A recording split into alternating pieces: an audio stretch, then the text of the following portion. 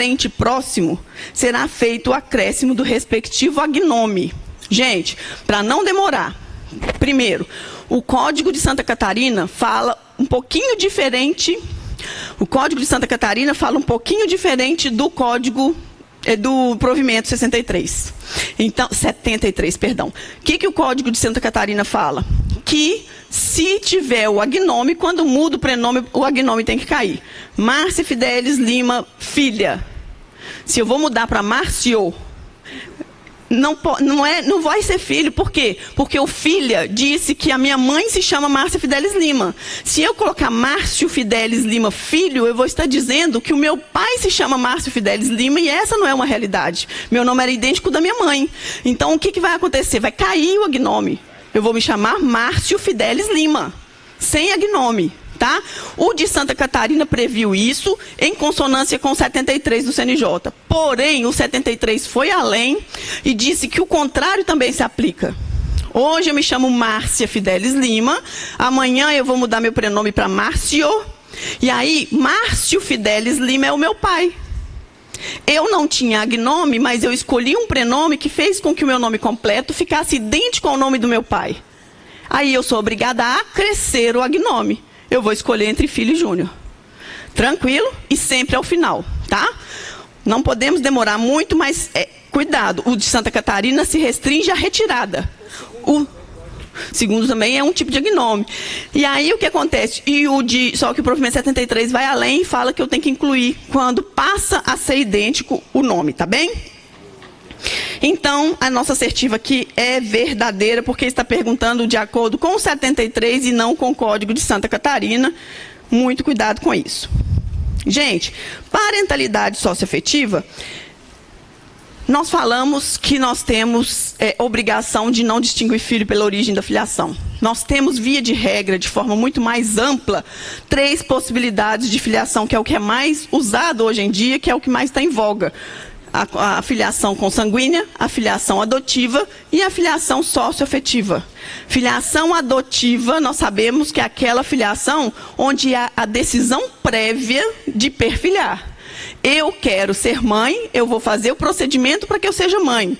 Na maioria das vezes, eu nem sei quem ou como que vai ser isso, né? Mas, ou seja, eu decidi que eu vou ser mãe, aí vai correr o processo de adoção, a sentença é que vai me tornar mãe.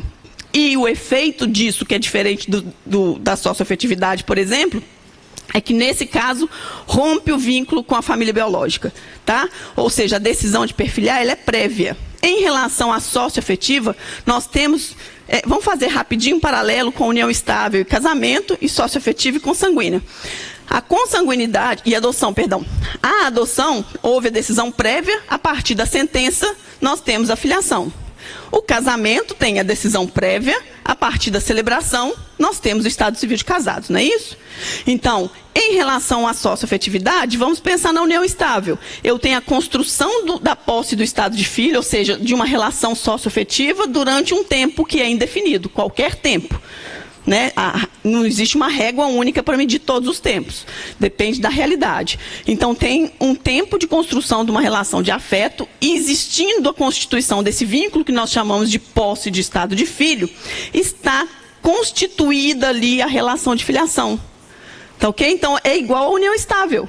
A união estável também não exige que se tenha um relacionamento real ali como se casados fossem, uma entidade familiar de fato, é uma filiação de fato até que ela se torne de direito a partir de quê, gente? Do registro. O registro, a partir do registro é que todos os efeitos são idênticos. Do registro para trás, eu tenho a constituição da filiação. Isso é que vai ser diferente. Na consanguinidade, a concepção. Na adoção, a sentença constitutiva. Na socioafetividade, a declaração do pai do requerente com as anuências devidas quando existiu a posse do estado de filho. Tranquila a diferença? Então, o que está perguntando aqui? A averbação da parentalidade de origem socioafetiva por requerimento administrativo perante o RCPN diretamente, né? Não implica em qualquer alteração do nome completo do filho maior, caso seja essa a sua decisão. Por que que é verdadeiro isso, gente? Nós não falamos que uma vez foi estabelecida a parentalidade, todos os efeitos são idênticos? Não é direito do filho utilizar o sobrenome do pai? Não é a consanguinidade que dá esse direito para o filho, é a filiação. Então, se está estabelecida a filiação através da posse do estado de filho, eu vou formalizar isso dando a esse filho todos os direitos que o biológico tem, que o adotivo tem. Agora, ele tem mais que 18 anos. Ele vai mudar o nome dele se ele autorizar. Não é obrigatório, é uma prerrogativa. E esse direito é do filho. Então, se ele tem mais de 18 anos e não tem o interesse de acrescer o sobrenome do pai e da mãe, socioafetivos, ele, da mesma forma que o biológico e o adotivo, tem esse direito de não querer. Não está. Doutrinário eu trouxe como desculpa para a gente discutir isso, tá? Vamos lá, gente. Habilitação para casamento, nós temos 5 minutos. Deixa eu achar ele aqui. Ah, tá. Em Santa Catarina, a alteração dos nomes dos contraentes em decorrência do casamento é limitada às disposições expressas no Código Civil em vigor. Código Civil, a alteração se limita a acrescer. Qualquer um dos dois pode acrescer aos seus o sobrenome do outro. É isso que está exposto no Código Civil. Cada estado estabelece de uma maneira essas possibilidades. Santa Catarina, para ficar fácil na hora da prova, é o mais amplo que eu já vi em todo o Brasil. Ou seja, é o mais permissivo de todo o Brasil. Qual que é o mais permissivo possível? Além de acréscimo, e tanto de um quanto de outro que está no Código Civil, é permitido que se suprima sobrenomes desde que se mantenha pelo menos um, e é permitido que se faça uma inclusão. O que isso quer dizer? Não importa a ordem que os sobrenomes vão ficar. Então, a Márcia Fidelis Lima, que se casou com alguém que é Ferreira, pode ser Márcia Fidelis Lima Ferreira, pode ser Márcia Fidelis Ferreira Lima, pode ser Márcia Fidelis Ferreira, Márcia Lima Ferreira. Aqui em Santa Catarina, tá? Então, na hora da prova, lembrem, é o mais permissivo possível, é possível tudo isso, e a única exigência é que se mantenha ao menos um sobrenome seu, tá? Oi, onde que está? Está no 555, parágrafo 2º. Então, vamos para a conversão de união estável em casamento. É vedada a menção da data do início da união estável no momento do requerimento, bem como no assento de casamento, não cabendo ao registrador nem mesmo perquirir acerca do prazo. Gente, é vedado no assento e o registrador não pode perquirir quanto tempo tem de união, porque não importa, não interessa.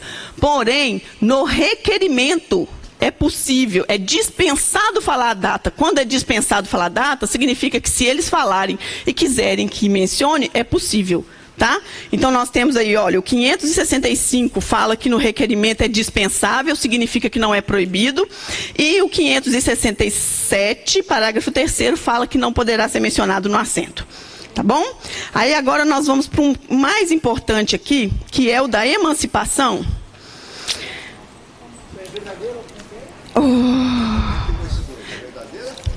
Qual que é? Peraí. Conversão falsa. Porque não é vedado no requerimento. Só é dispensado, mas não é vedado. Tá?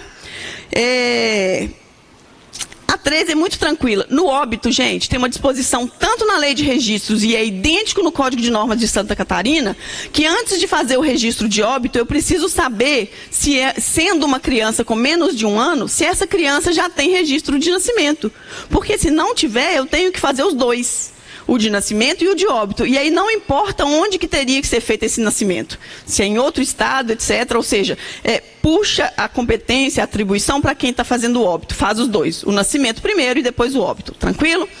Por que esse aqui está diferente? Porque aqui não está limitando a idade. Não é em relação a qualquer pessoa, apenas ao menor de 1 ano. Tá? Natimorto é outra história, gente. Natimorto eu registro toda vez, no livro C auxiliar, toda vez que não houve nascimento, ou seja, não houve nenhuma manifestação de vida após a expulsão do ventre materno. Não fala. Em relação ao nome aqui não fala. Se cair alguma coisa na prova, qual que é a justificativa para não se mencionar nome? Porque não adquiriu personalidade, nome é atributo da personalidade, tá bom? Qual que é uma justificativa para se mencionar nome, caso isso seja afirmado? Seria um direito ligado à personalidade dos pais. por todo o afeto que gerou ali durante a gestação.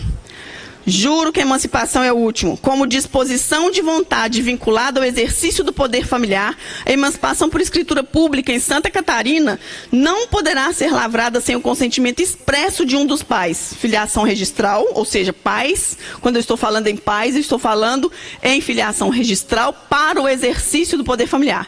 Eu sou mãe biológica, vivi a vida inteira com meu filho, mas eu não formalizei isso no registro, eu não exerço de direito o poder familiar, tá bom? Não cabendo seu suprimento mesmo que injusto o motivo alegado. Gente, regra geral, isso é uma discussão